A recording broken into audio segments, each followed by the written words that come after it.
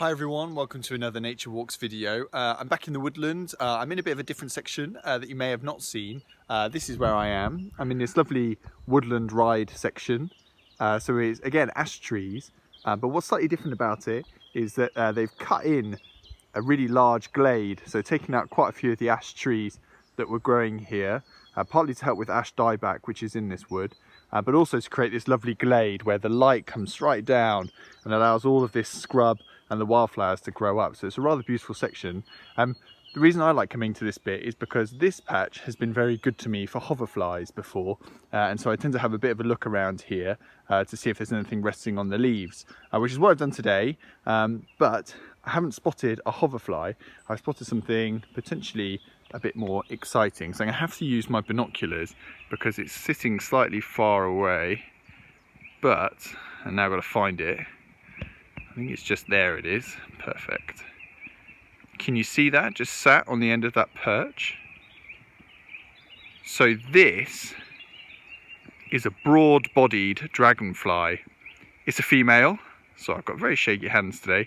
It's a female, and you can tell that because the males are blue, and this one is yellow. And she's a broad-bodied chaser because she's essentially, her other name is the fat dragonfly, which is a bit mean, but it's because of her bottom end is rather wide, so she's got a very broad body, hence the name. So other features that you can use, you might just be able to pick out she's got black spots on the end of the wing, so there's one on the end of each wing, and she's got these yellow, very clear yellow spottings on the edges of her body, and just towards where her wings connect with her body are triangles of brown, so they're almost like little dyed sections of the wing.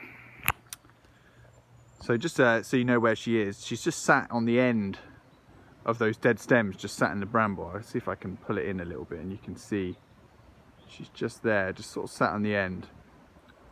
So broad-bodied chasers are probably been out for a couple of weeks, but this is the first one I've seen. So we're sort of at the end of the month of April now, and so I'm just seeing my first one. Typically, usually associate them with more of a wet habitat, somewhere where there's ponds. There aren't really many ponds around here, so she's probably just coming up here having a hunt and a feed, but she's got to be breeding somewhere nearby, can't be that far away. In terms of things you can mix this dragonfly up with, there isn't many you can mix it up with because it is pretty much the only one with a very, very broad body. So use that as a bit of a help. But I commonly come across people, and I did this when I first started, mixing it up with 4-spot dragonfly, partly because it's the same colour, partly because they have that same yellow dotting down the edge of their body, but most confusingly, this dragonfly has one black spot on each wing, which makes it a 4-spot dragonfly, when actually the 4-spot dragonfly has 2 spots on each wing, making it 8. I've always not understood why it's called a 4-spot dragonfly when it's got 8, but there you go. So that's probably the only one you're going to mix it up with. Dragonflies are just coming out onto the wing, so do keep having a look. And very often, if I went and flushed this dragonfly, it would come back to that exact same perch. They love to come on really prominent, usually dead stems of branches, either flowering stems or things on hedgerows, anything like that that is a clear perch. That's where they'll go and sit. So keep your eye out, nice sunny days, perfect time to go and have a look for one. All right, bye.